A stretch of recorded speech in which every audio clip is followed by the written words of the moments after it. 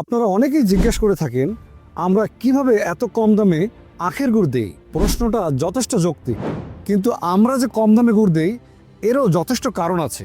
আমি একজন সাবেক সেনা সদস্য মোহাম্মদ খয়বার হোসেন, কাজ করছি অথেন্টিক খাদ্যপণ্য নিয়ে। আমি চাকরির সুবাদে সারা দেশ ঘুরে দেখেছি, প্রায় 90% খাবারই ভেজালযুক্ত।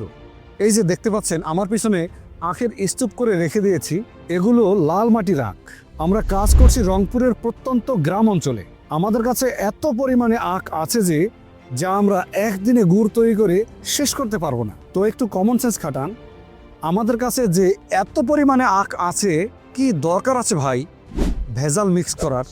দেখুন, আখের গুড় তৈরিতে কোনো ধরনের কেমিক্যাল লাগে না, আবার কেউ যে ব্যবহার করে না তাও কিন্তু না। কিছু বেকুব শ্রেণীর লোক আছে গুড়টাকে চকচকে ঝকঝকে করার জন্য হাইড্রোজ ব্যবহার করে থাকে, অথচ এটা করতে শিমুল অথবা বন্ডা রসের ছাল ব্যবহার করে কিছুক্ষণ গরম রস ছেঁকে নিলেই ময়লাটি চলে যায়। এত সহজ জিনিসটা অনেকে রং মাখিয়ে বাড়িয়ে বলে খাঁটি গুড় বানানো কি না কি জটিল প্রক্রিয়া। ভাই, এত জটিল কিছু না।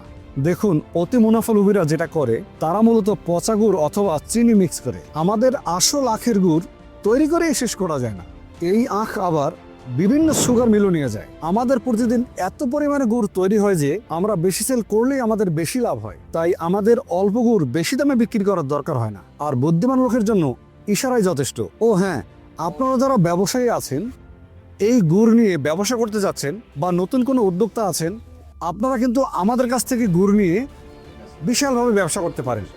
আমরা একবারে রিজনেবল প্রাইসে ন্যায্য দামে দিয়ে থাকি। তো আপনারা যারা অর্ডার করতে চান স্ক্রিনে দেখানো নাম্বারে কল করুন অথবা polyfresh.com ভিজিট করে অর্ডার করুন। আজকে পর্যন্তই। আসসালামু আলাইকুম ওয়া রাহমাতুল্লাহ।